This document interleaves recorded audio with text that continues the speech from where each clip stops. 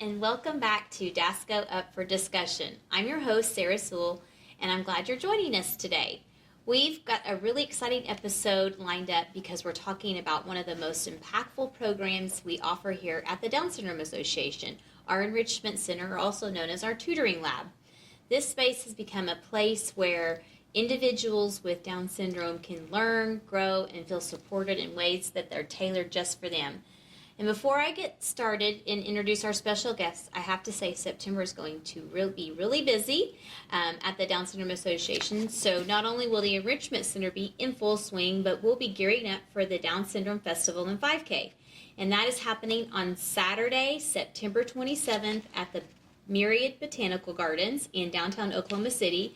So whether you want to run, walk, or just come and celebrate, it's an amazing day to honor our loved ones with Down syndrome. There will be music, inflatables, food trucks, and cotton candy, and so much more all in one place, as well as some resource booths for you to get more information. So while you're listening today, go ahead and take a mental note and register for your team or your loved one at dsfestivaland5k.com. And that's dsfestivaland5k.com. And we will see you there. Now on to today's conversation. Joining me is someone many of you already know and love. It's our wonderful Bettie Shadone, who leads our free tutoring program here in the Enrichment Center. Welcome, Bettie. Well, thank you for having me. Yeah. Bettie, why don't you start off and just tell us a little bit about yourself? Well, I've been a special educator for about 30 years. Maybe 30 some odd years. I mainly was in special ed pre-K, and I spent the majority of my teaching career at Monroe Elementary in Oklahoma City. Ooh, Oklahoma City Public Schools. Yes, I loved it. And you were there the whole entire time? I was at Monroe my whole time except for the first couple of years that I taught. Wow, that's incredible. And I got involved in DSACO when one of my substitute teachers, who goes to church with some of the members here, and I guess Riley was looking for a tutor, and my substitute teacher recommended me because I had just retired. And so that was about 3 years ago. Yeah. So I loved it. Bettie just celebrated her 3rd year anniversary with us. So how so exciting, and we are so lucky to have you. So Bettie, what really inspired you to become a special ed teacher? I have loved working with individuals with special needs ever since I was in junior high. In junior high, I helped teach a Sunday school class for individuals with special needs. In high school, I got out of PE so I could help a class with the What a way to get out of PE. Oh, I know. Yep, for me. Yes, PE wasn't my best subject, so I helped a class with special needs that was attached onto our high school, and loved every minute of it. Aww. In college, I taught at a summer camp. Oh, wow. And in Texas, Camp Seroptimus. And we had all sorts of special needs. We had different programs for different ages, and we had from 5-year-olds up through adults in different weeks, and loved it. Didn't make any money, but I sure loved it. Yeah. And then I started teaching after I had a family and wanted more time off with the kids and the same hours as the kids. Yeah. Or sort of the same hours. Right. But I've loved teaching. Well, what's kind of been your teaching philosophy? Throughout my career, I have focused on the child, their selves. It is not their disability. I mean, yes, we had to fill out paperwork for the feds and the state with their disability on it, but I looked at the child. I said, we checked boxes because we had to, but I took the child where they were, and made a plan for that child and only that child. Because every child is different. How many kids do you think you've taught over those 30-some years? A whole bunch. For the first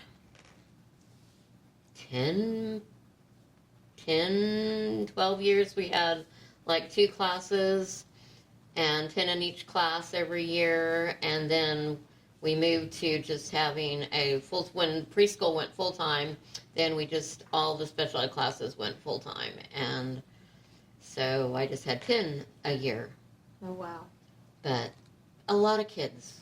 10 is a lot for a 10 class. is a lot with special needs in preschool. Mm-hmm. Yeah.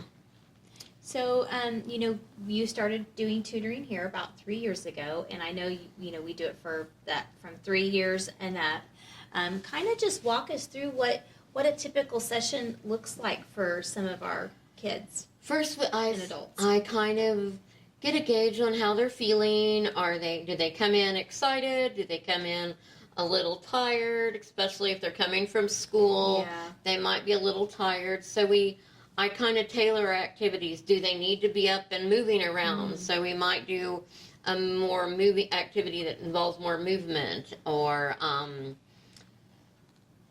they happy? What are they sad? Just finding out what they need. Yeah. And getting them into the routine that they're used to.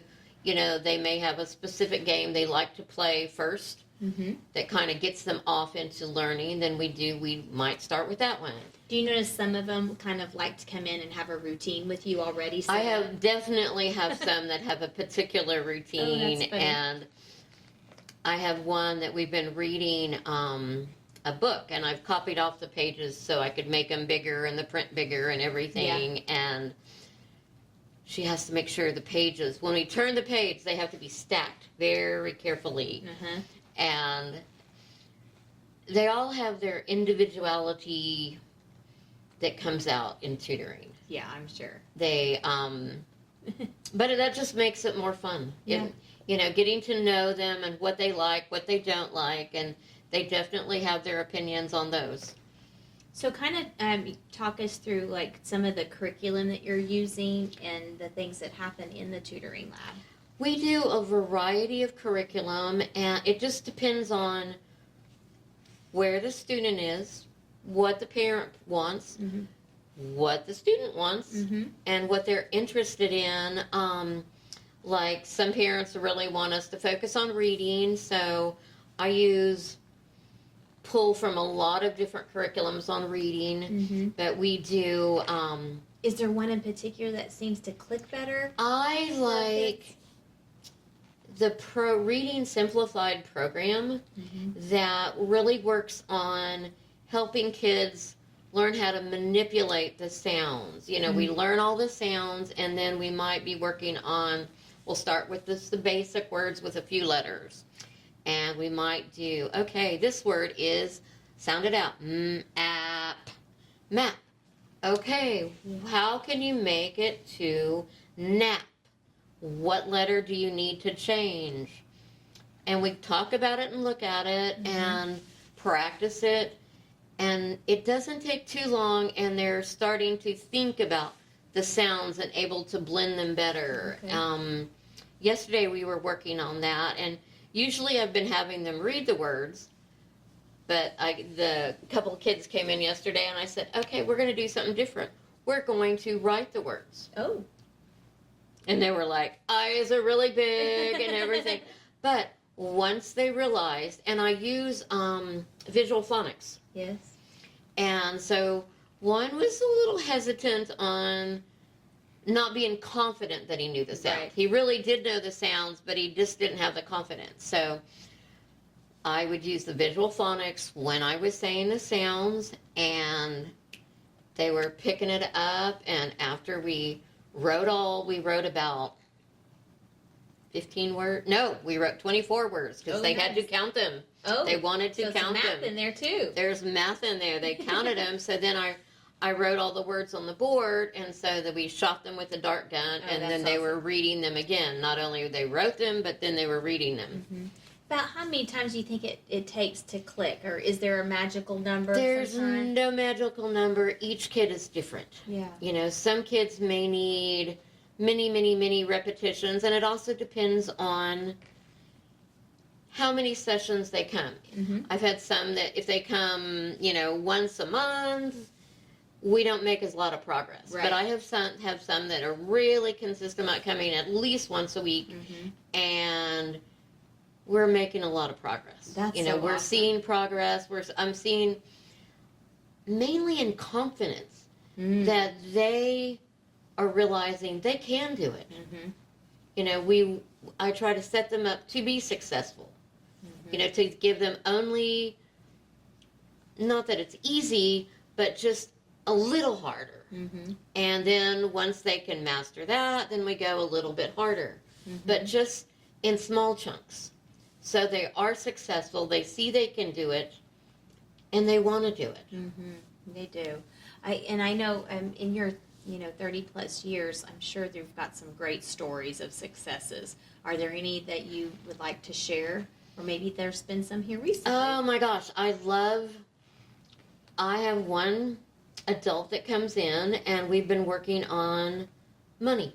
And that was something that he and his mom had talked about, and he said, he wanted to be counting money. He wanted to be able to count money. So I was like, well, we could come up with some games to make it kind of fun. But so every time before he comes in, I put about 42 envelopes with money in it, different denominations, from like $15 all the way up to $70. And for the first a long while, we've been working on it a while, but for the first while, he needed a cheat sheet, like 10 plus 5 is 15, 10 and 10 are 20, 20 and 10 are 30, and we just made the whole thing. And it's just recently that we've skipped the cheat sheet, we don't even use it, that he's able to count it without it. I mean, we were counting like 3 20s was 60. And wow, he has he has made so much progress, but I would say mostly the confidence that he knows he can do it, that he feels empowered. He can count money, and at the end of the day, we both count up what each of us have earned. No, yeah. And then I add it up by hand. He checks it on the calculator. And we see if they both equal the same or who goofed. Oh. And he doesn't goof on the calculator. Oh. So it's nice. really been fun watching him grow. And just have the confidence that, hey, I can do it. And now he's getting tip money in his job, so it's even more important that he know how to count. He sees a reason why he needs to be counting money. And besides, counting money is kind of fun, but now there's a real reason I need to know how much I have. Yeah, it's applying the practical So part it to really helps if they understand the reason, the need. Why are we reading? What's it for? So we look for whatever we can to make it meaningful. Whatever they need to understand, not just because reading's good for you, you need to read to do this. You've talked a little bit about, how you've had to build relationships with our individuals. Can you kind of share how you get inside and motivate them to give them that confidence? First is getting to know them. And it takes a few times. For the first times they're here, I try to find out what they like, what their interests are. Like, do they like video games? Do they like Pokemon? Do they like Mario Brothers? Or are they Spider-Man? Right. Just whatever they like, and then try to tailor those likes with games that we can play that they can learn with. And like I have one that went on a trip they went 2 or 3 weeks, 2.5 weeks, and they went to see the Grand Canyon. They went to Joshua Tree. And so we found a book I hunted on Kindle and found a book about Joshua Tree. Nice. And so we read that together and talked about, it was about animals at Joshua Tree. And I said, well, did you see these animals? And just something that they can relate to. Oh, yeah. That's really important. Or something that they like. Spider-Man is a really big hit. So I've looked there's an Uno game that's made with Spider-Man cards. So anything that piques their interest, makes them want to learn and figure it out. And we try to make tutoring fun. At the end of our sessions, if we've been reading words, then we get to shoot the words with darts. Yeah, I think that's so fun. And I know they love it. They love it. They really love it. So what about you've talked a little about reading. How do you implement the math part? Or we do a lot with math. We see where they are. Math concepts can be really difficult. We do a lot of counting, like we were counting the words that we had gone through. We check on to see, do they have one-to-one correspondence? Do they understand sequential 1, 2, 3? I've got some games that we can play that you're playing by sequence. If I put down a 1, they have to put down a 2. If they don't have a 2, they draw a number and play those kind of games. I have one where a lot of dice games where we roll the dice and they have to count, like if it lands on a 3, then we build a tower with 3 blocks. Okay. And so kind of always applying some kind of visual with the learning. Manipulatives and visuals, anything to make it more concrete and more real for them. It's hard when you just say 3, it helps if they see a 3, see 3 objects. Yes. And it takes a lot of practice. I recommend a lot to my parents, especially when I was doing preschool, that make it count out snacks. Do you want 5 goldfish or you want 3 goldfish? Here's what 3 looks like. Here's 5. Which one looks better? Which one's more?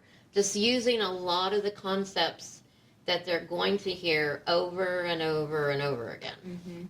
But making it fun. Yeah, and then I know we have Touch Math, if you want to talk a little bit about Touch Math is a great program, yes, because it's another concrete way. All the numbers each have, like, number 1 has 1 circle on it. Number 2 has 2 circles. So when you're counting, it's a visual, tactile way to count. And since I've been teaching it, I still use it when I'm adding up my numbers of the kid that's doing money. Yeah. I am using Touch Math to make sure my addition is right. Yeah. But it just gives it away. It's tactile, it's visual, and it helps them as they move on in math. Like when you're adding something, once you've learned kind of how to add with Touch Math, then they drop on your first number, they'll drop the circles. So then you learn how to start with that number. So you don't have to count up to 9 and then add 5 more. You can learn to start with the 9 and then go 10, 11, 12, 13, 14, 15.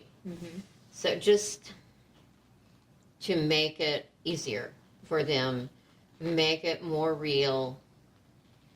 Yeah. Because math is a tough concept. It's very hard if you don't, it's because it gets so abstract. Yes. And this just makes it a little more concrete and understandable for the kids. But it takes a lot of practice. And I know you see, kids ranging as young as 3 and then through adulthood, but for those out there that, are wanting to sign their adult up or their older teenager up for tutoring, what kinds of things would you recommend that you probably would like to see them work on, or would you do? I would say reading is really important, but we also work on time. If they're, as a young adult, they need to be able to read the time and learn some time management. So we learn We work on analog clocks and digital clocks because some places still have both. Yeah, they do. And it's good to know we do a lot of matching. Said this is 3 o'clock on an analog, this is 3 o'clock on a digital, but they're the same time. So just trying to see what they need in their environment and what I can do to help make it easier for them.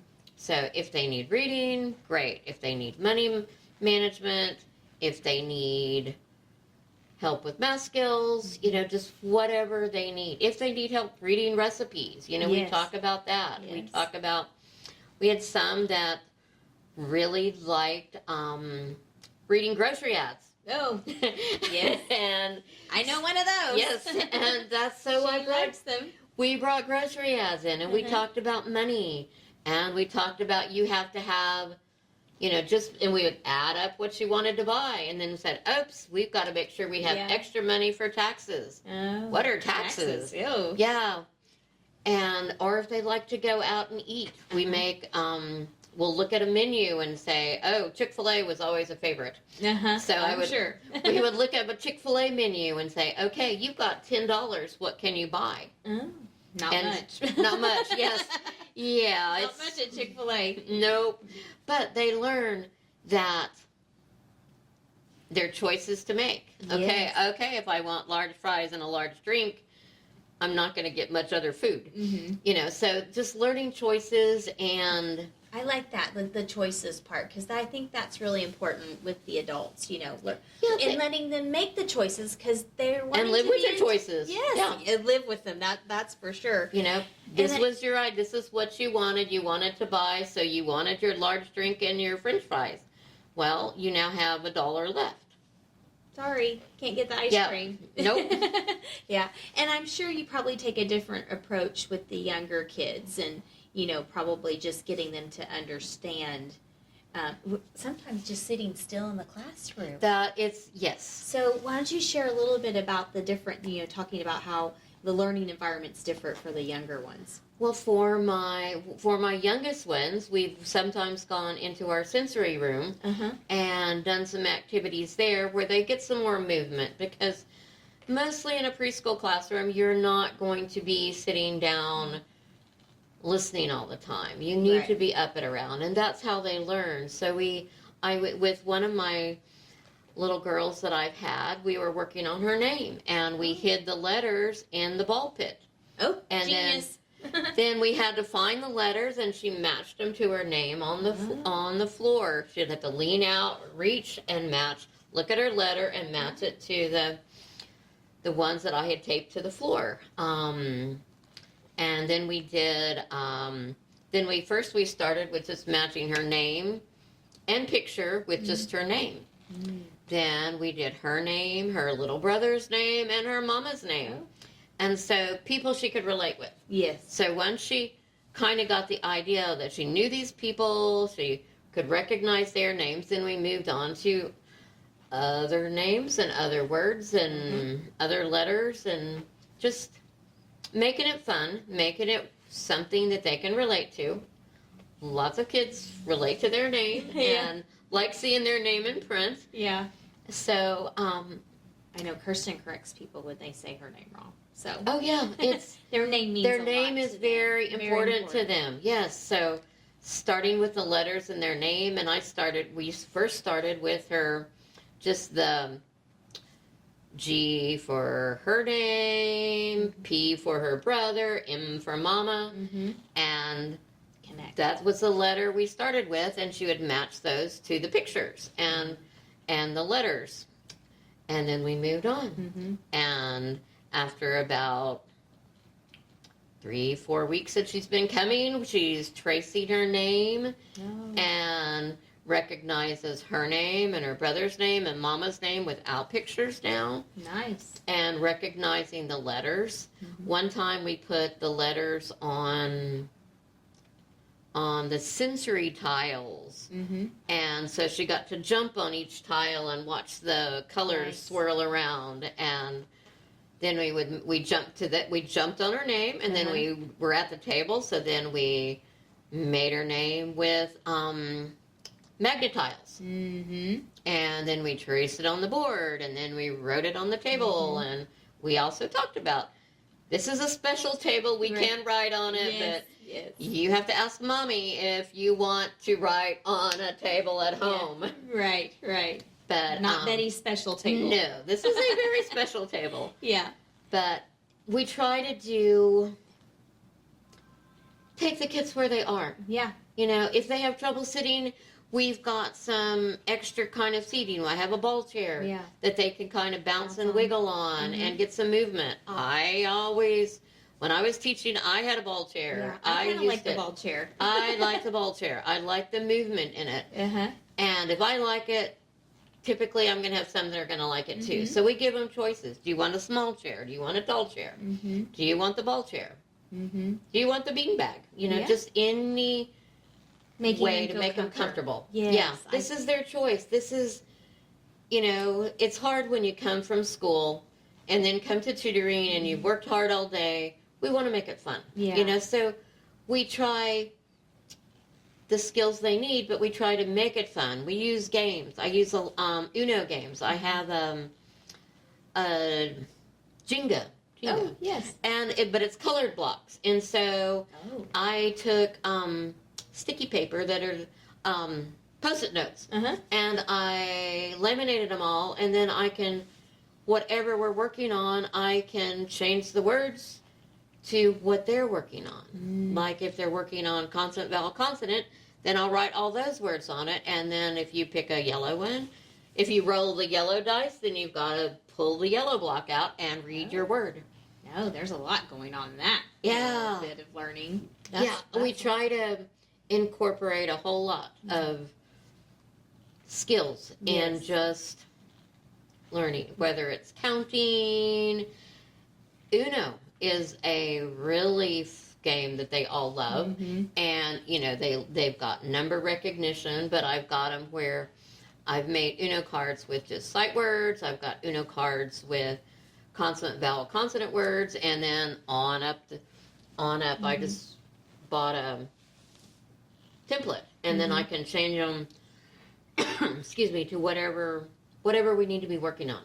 So I have a whole variety of those kind of games. But for some, the kids are learning how to.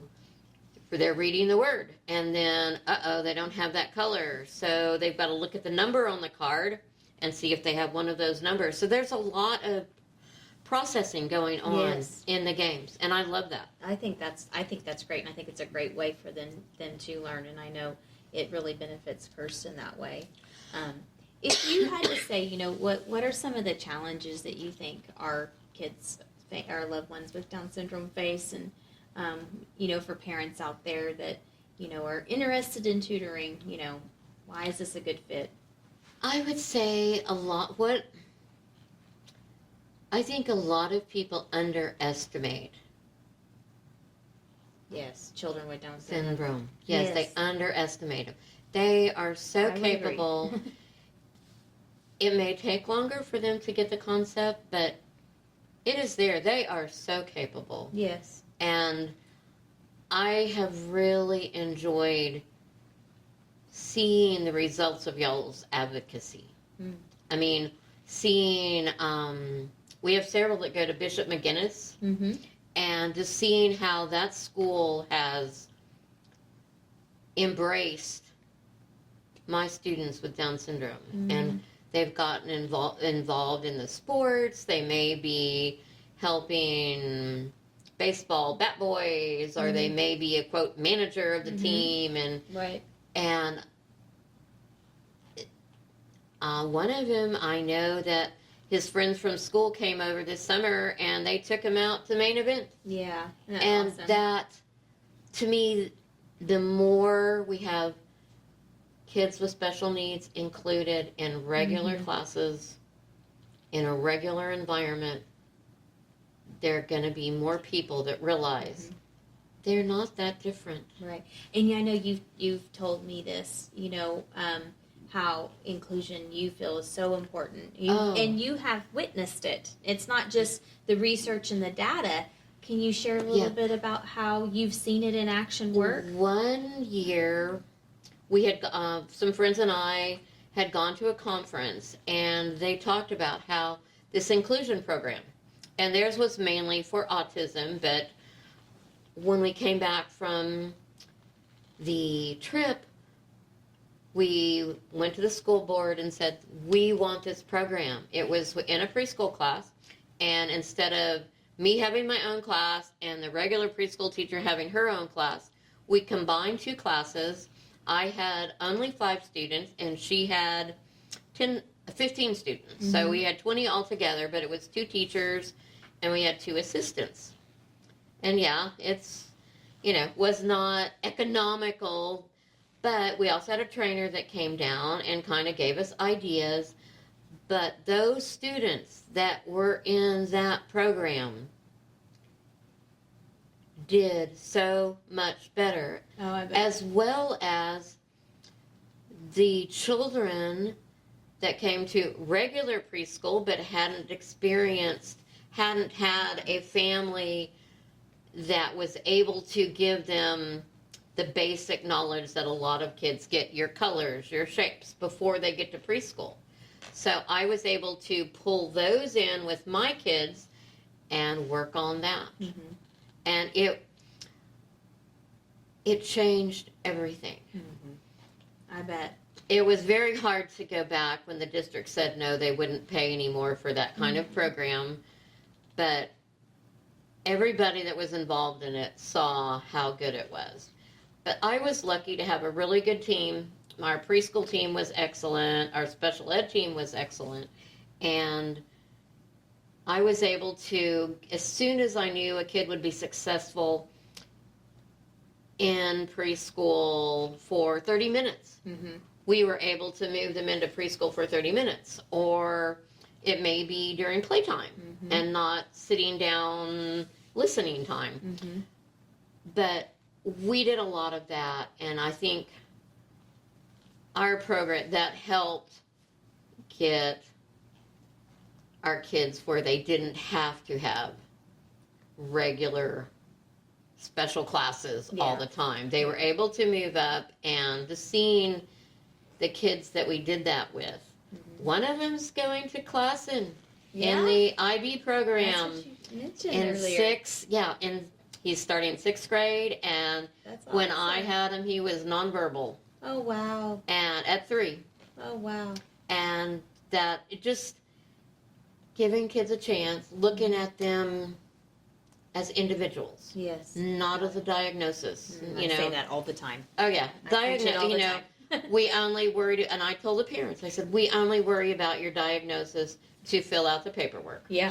And then we just put it aside, and we look at your child, and we look at what can they do. Right. And we start there. I love that. And that I'd much rather you do that than. Yeah.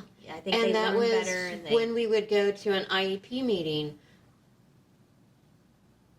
we would talk about, these are things your child can do. We didn't start with the negative. I mean, it's very hard to hear the negative. Sure. Because they're your special child. Yes.